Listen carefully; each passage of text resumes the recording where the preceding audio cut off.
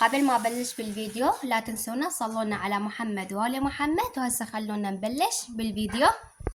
مرحبا حبايبي، كيفكم؟ إن شاء الله تكونون بألف خير. اليوم رجعت لكم وصفة جديدة من مطبخ الشيشات، بس قبل ما أبلش لا تنسونا من اللايك والشير والسبسكرايب. وهسه خلونا نبلش بالفيديو. إحدى المتابعات طلبتها من عندي اللي هي الدجاجة المحشاية، وهاي اليوم وصفتي، فما حبيت أخجلها وهذا تعليقها، وحبيت أسويها إلها. وهسه أني راح أبلش بالتتبيلة وأشرح لكم شنو. طبعا أنا أتبلها قبل بيوم. إذا أنتم مستعجلين على الدجاجة وتردوها بسرعة تقدرون تخلوها بالقليل 3 ساعات أو 4 ساعات تخلوها، عمود تاخذ النمونة مال البهارات ومال التتبيلة كلها. بس أنا لأن ما مستعجلة عليها وعندنا ويكند إحنا، فحبيت أتبلها قبل بيوم وثاني يوم راح نتغداها، تصير غدانة. فأول والمقادير هنا أنا عندي الدجاجة كاملة هذا الشكل، وعندي هنا للبهارات أو للتتبيلة اللي هن 3 حبات من البصل راح أقطعهن على شرائح، وهنا عندي من الملح ولامندوزي وورق غار وثوم بودرة وبهارات دجاج مشكلة وبصل من البودرة، وعندي بهارات دجاج، وعندي قليل من الكاري. هذين طبعا كلهن انا ما راح اخليهن كلهن، راح اخلي شي من عندهن شي قليل. بس عندي انا هاي هنا بهارات مشكلة مال الدجاج، بس هاي بس بهارات دجاج هيك بهذا الشكل. وهسه حشوفكم شلون يطلعن شكلهن، اللي عايش بامريكا يقدر يجيبهن. وعندي هنا زيت زيتون وخل ابيض. هسه اول شي قلت لكم انا اخليها اتبلها الليله كامله. فاول شي انا راح اسويه، راح اشرح الدجاجه عمود كله البهارات والنمونه تفوت ببطنها، اشرحها وارجع لكم. وبهذا الشكل بعد ما شرحتها صارت عندي بهذا الشكل. هسه انا اول شي راح اقطع البصل على شرائح، يعني هسه حشوفكم شلون. هسه انا جاي اسوي البصل على شكل شرائح بهذا الشكل.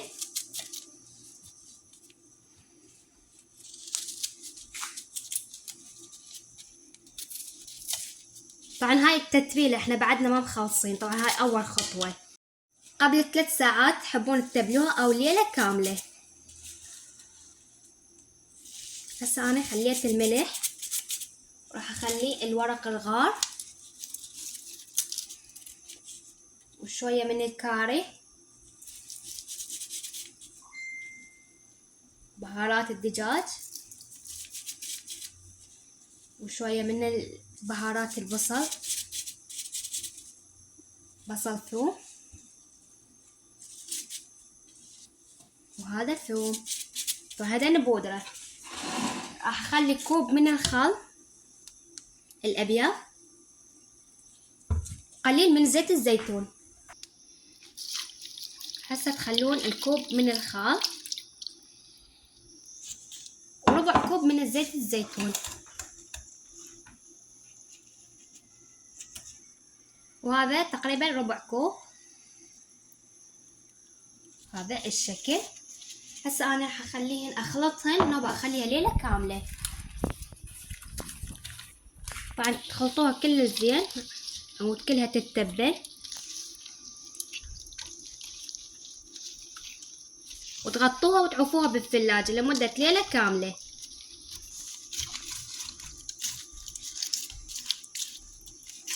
بس بهاي اللحظة انا هم راح اخلي تقريبا 3 اكواب من المي، راح اخليها وعوفة تتبل ليلة كاملة، نوبة ارجع لكم. وبهذا الشكل هسه بعد ما خليت المي وغطيتها بورق اللايلون، راح اخليها بالثلاجة لمدة ليلة كاملة، وثاني يوم ارجع لكم. وبعد ما مرت عليها ليلة كاملة وصارت عندي بهذا الشكل تنغنغ من البهارات مالاتها. وهسه اول خطوة راح نبلش بيها اللي هي عندي هنا اني الرز بهذا الشكل غاسلته وناقعته. وللبهارات احتاجهن عندي هنا نومي باصرة، عود قرفة، عندي هنا أنا عودين قرفة، وقرنفل، والزعفران، والسبع بهار، وبهارات برياني وكاري، بهار حلو وجوزة الطيب وهيل وملح حسب الرغبة. طبعا هدول كل المقادير راح تلقوهم بالوصف. وعندي أنا هذا الرز. هسه أول خطوة راح أبلش بها اللي هي راح أطبخ التمن. طبعا هاي أول خطوة راح نسويها اللي هي راح أطبخ التمن وراح أشوفكم شلون راح أطبخه. عندي هسه أنا هذا الجدر راح أخلي بيه خاشوقتين من السمنة. طبعا ما متوفر عنده سمنة يقدر يستخدم زيت نباتي. وهاي عندي هسه اني خاشوقتين من السمنة بعد ما ضفتن. طبعا انا تعطيني السمنة نكهة وكلش طيبة من تعطي النكهة. هسه راح اخليها تموع. نوب اضيف البهارات اللي حكيت لكم عليهن هذا الشكل. هسه راح اضيف البهارات وراح اخلطهن.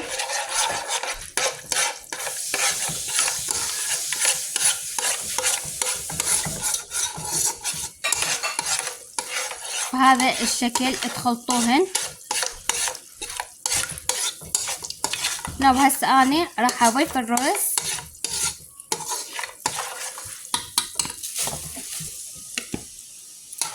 واخلطهن سوية.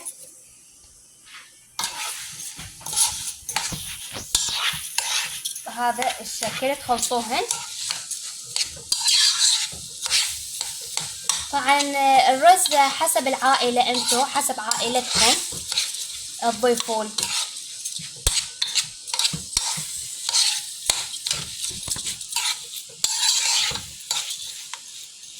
وبهذا الشكل هسه انا راح اضيف مي واخليها نص تستوي. يعني من احس المي نشا اطفيه عليها.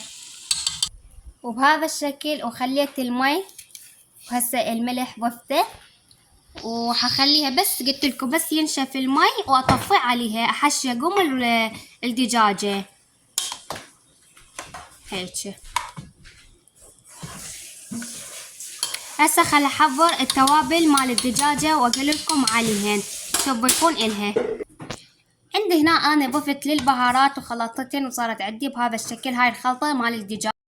ضفت هنا بهاي الخلطة مال الدجاج مال البهارات اللي هن زيت زيتون وثوم بودرة وبصل بودرة وبهارات الدجاج وشوية من الكاري وشوية من الملح وكاتشب وشلطة عمود شنو الحموضة بهذا الشكل. ودبس رمان هماتين ضفت لها. بعد ما صارت عندي بهذا الشكل الخلطة راح اضيف شوية من المي واتبلها للدجاجة.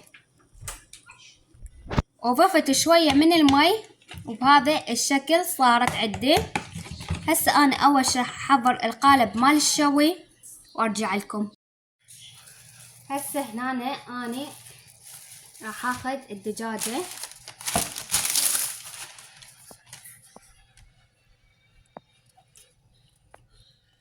وبعد ما اخذت قلت لكم المونة مالتها هذا الشكل. هاي دجاجتنا.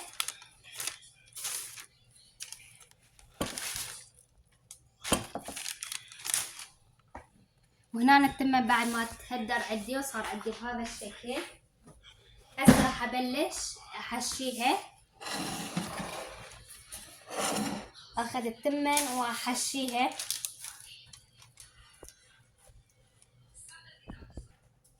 هسه انا راح ابلش احشيها. هذا الشكل تحشوها.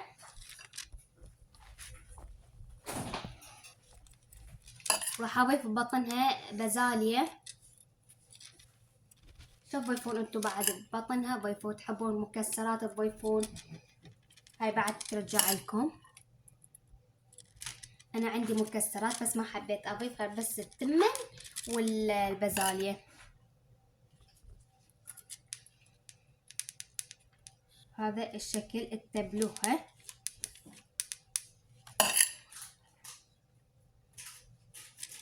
والفرن عندي اني مشتغل مسبقا من اول ما بلشت اجهز الرز شغلته.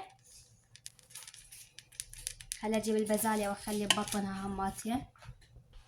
وعندي انا هسه هاي البازاليا المحموسة بالدهن راح اخلي هسه ببطنها الدجاجة.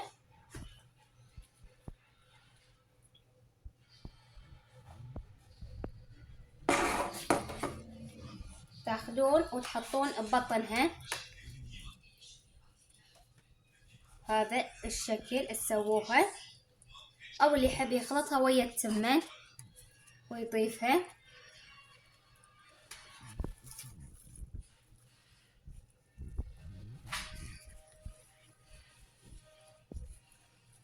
وهسه اني راح ابلش فيه، راح اتبل الدجاجة.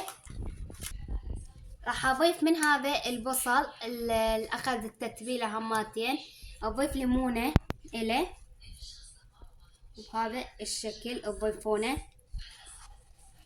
طبعا انتم بكيفكم شو تحبون تضيفون بالدجاجة تضيفوها، بس التبلة اخذوها على طريقتي لان كلش طيبة.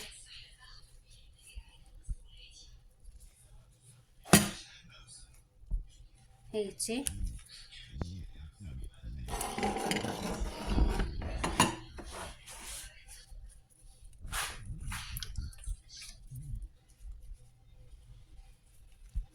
هسه انا راح اعدلها هذا الشكل.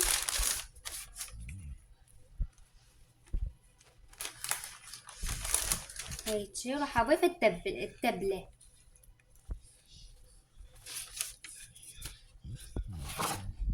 هاي التبلة اللي قلت لكم عليها، طبعا قلت لكم المقادير بالوصف راح تلقوها، وشنو الشيء اللي ما ذكرته راح اذكره بالوصف.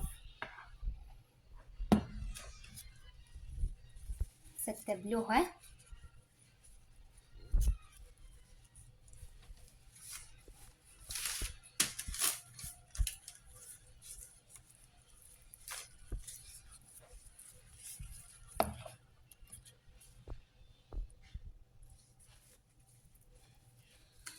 هذا الشكل تسووها التبلة. إذا وصلتوا إلى هذا المقطع لا تنسونا من اللايك والشير والسبسكرايب. خليكم بالفيديو شوفوا الدجاجة آخر شي شلون راح تصير وياي.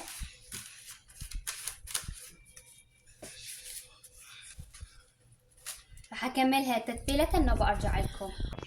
وبعد ما كملت الدجاجة صارت عندي بهذا الشكل، هسه راح أغطيها وأدخلها للفرن. وبعد ما غطيتها وصارت عندي بهذا الشكل، هسه راح ادخلها للفرن انه ما تستوي ارجع لكم.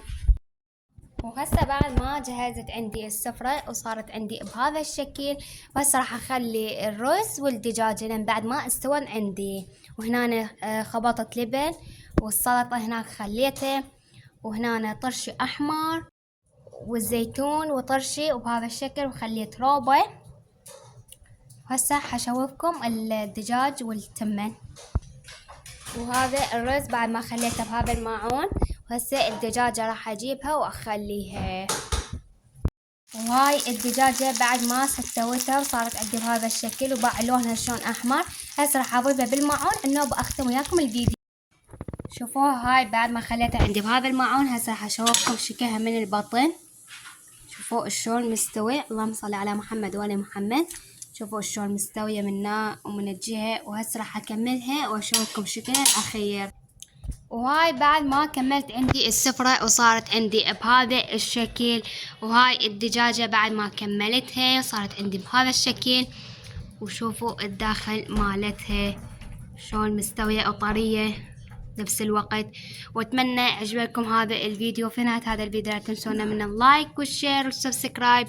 شو تحبون اسوي لكم من الاكلات كتبوا لي بالتعليقات. وهسه حبايبي راح اقول لكم باي باي.